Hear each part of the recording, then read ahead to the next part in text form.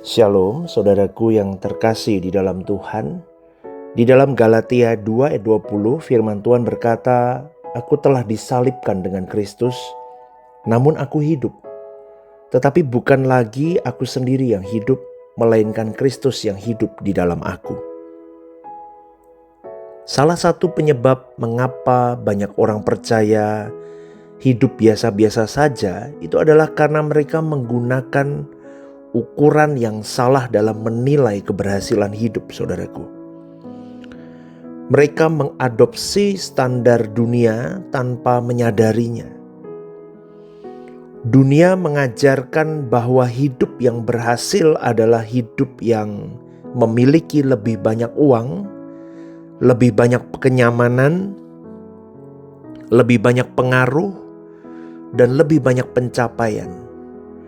Sehingga semakin tinggi posisi seseorang, semakin sukses orang itu dianggap oleh dunia ini.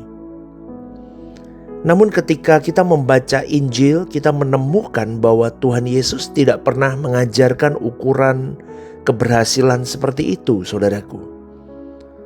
Sebaliknya, kehidupan Yesus justru menunjukkan standar yang sangat berbeda. Ia lahir dalam kesederhanaan, ia hidup tanpa kemewahan.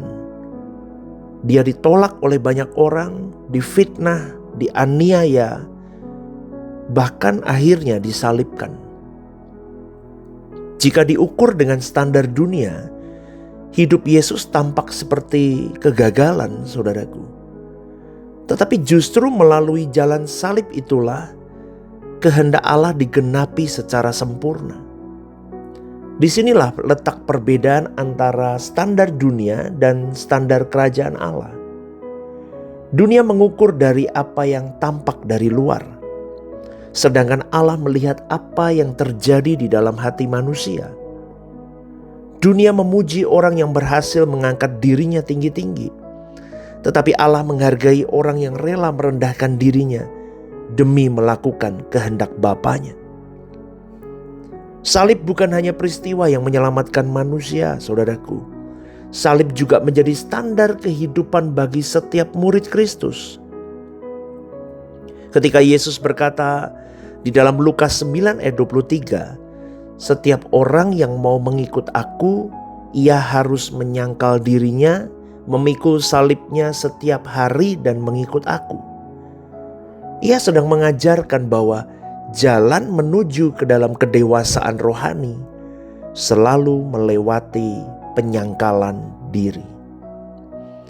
Tetapi masalahnya, saudaraku, manusia pada dasarnya lebih menyukai mahkota daripada salib. Kita ingin dihormati tetapi tidak ingin direndahkan.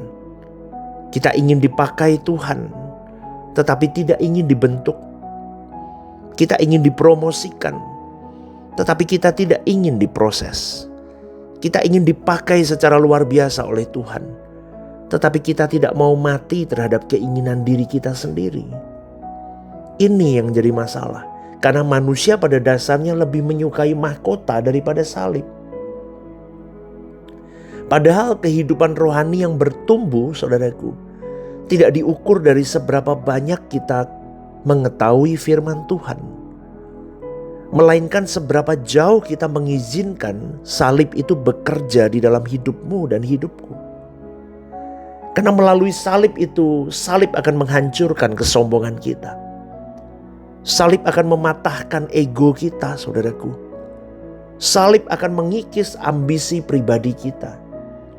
Sehalus apapun itu akan dikikis oleh salib. Dan salib akan mengajar kita berkata seperti Yesus berkata, "Bukan kehendakku, melainkan kehendakmu yang jadi Bapa." Maka dari itu orang yang hidup dengan standar dunia akan terus kejar dirinya, apa yang bisa aku dapatkan, apa yang memuaskan aku. Tetapi orang yang hidup dengan standar salib akan berkata, apa yang Tuhan kehendaki dalam hidupku. Karena orang yang hidup dengan standar dunia berusaha menyelamatkan dirinya sendiri.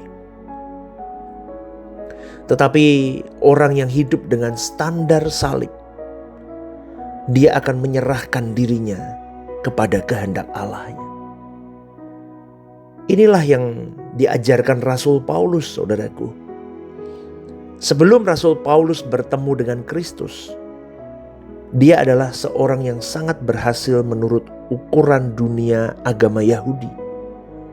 Dia sangat cerdas. Dia memiliki pendidikan tinggi di dalam dunia agama Yahudi.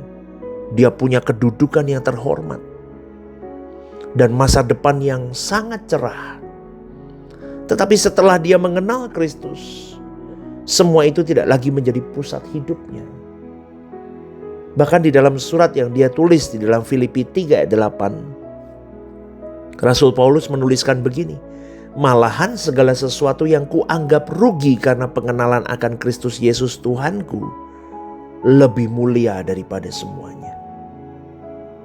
Paulus menemukan bahwa nilai tertinggi dalam hidupnya bukanlah pencapaian dunia, melainkan nilai tertinggi dalam hidupnya adalah Kristus itu sendiri, saudaraku. Wah, ini luar biasa. Ya, inilah kehidupan yang di atas rata-rata. Bukan kehidupan yang bebas masalah, melainkan kehidupan yang memiliki standar yang benar. Rasul Paulus setelah mengikut Kristus tidak mudah hidupnya. Dia tahu bahwa ketika aku mengiring Kristus, bukan kehidupan yang seperti dulu lagi yang aku miliki, tetapi kehidupan yang tidak lagi mengejar kenyamanan, tetapi kehidupan yang mulai mengejar perkenanan Allah di dalam setiap detik hidupku.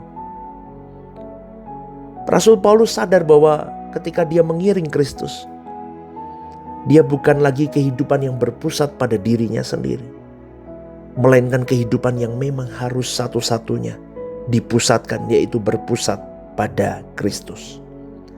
Hari ini saudaraku, marilah kita memeriksa kembali standar hidup yang kita kenakan, kita gunakan selama ini. Apa yang membuat kita merasa berhasil? Coba renungkan hal ini, saudaraku. Apa yang paling kita kejar dalam hidup ini? Coba renungkan dan jawab dengan jujur dalam hati kita. Dan apa yang paling kita takuti hilang dalam hidup kita? Coba renungkan dan jawab dengan jujur dalam hatimu. Jawaban atas pertanyaan-pertanyaan itu seringkali akan menunjukkan siapa yang sebenarnya duduk di tahta hatimu dan hatiku, saudaraku. Jawab dengan jujur, temukan jawabannya sampai di kedalaman yang paling jujur. Apapun jawabannya, saya cuma mau katakan kepada saudara yang mendengar renungan The Message, bawa doamu kepada Tuhan. Kalau memang dalam semua jawaban 3 pertanyaan itu bukan Tuhan jawabannya, kembalilah dan bertobatlah, saudaraku. Ya, bawa hidupmu kembali mengejar Tuhan. Karena Tuhan sedang memanggilmu dan memanggilku untuk meninggalkan standar dunia dan kembali kepada standar salib, saudaraku. Sebab hanya ketika salib menjadi pusat hidup kita, maka Kristus dapat semakin nyata melalui hidup kita. Ingat baik-baik, saudaraku, apa ukuran keberhasilan yang selama ini saya gunakan? Dunia atau Kristus? Aku lebih mengejar kenyamanan dunia atau mengejar perkenanan Allah? Siapapun Anda dengar ini, coba bandingkan dirimu dari pertanyaan-pertanyaan ini. Ya, bagian mana dalam hidupku yang masih sulit kuserahkan kepada Tuhan? Apa itu?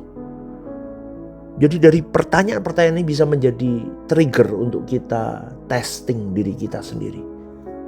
Kita tahu di titik mana hidup kita sebenarnya. Semoga renungan ini menjadi berkat untuk kita semua, saudaraku. Ya, kita mau sungguh-sungguh hidup di atas rata-rata kualitas kita. Standarnya standar salib, bukan standar dunia. GSKI Rehoboth Semarang, One Vision, One Heart for Harvesting. Tuhan memberkati.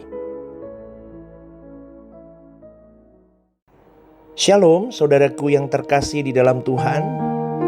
Ada program baru yang bernama Are You Okay? Ini adalah program yang memang diadakan bagi saudara-saudari yang rindu atau ingin didoakan. Mungkin saudara-saudari sedang mengalami pergumulan-pergumulan hidup yang sulit, yang berat, menghadapi masalah-masalah yang tidak mudah. Saudara-saudari bisa klik di formulir online yang tertera atau scan barcode di situ. Anda bisa tuliskan di sana apa yang menjadi pergumulan masalah Anda yang ingin didoakan. Tujuannya satu, Anda tidak merasa sendiri. Saya sendiri akan mendoakan beserta tim yang akan menangani ini. Saya akan mendoakan di dalam mesbah-mesbah doa kami. Tujuannya satu, supaya saudara-saudari merasa ada yang support, tidak sendirian berjalan menghadapi beratnya kehidupan ini. Ini kerinduan saya, kita berbagi kasih secara nyata, dan kiranya program baru ini bisa menjadi berkat untuk kita semua. Tuhan Yesus memberkati.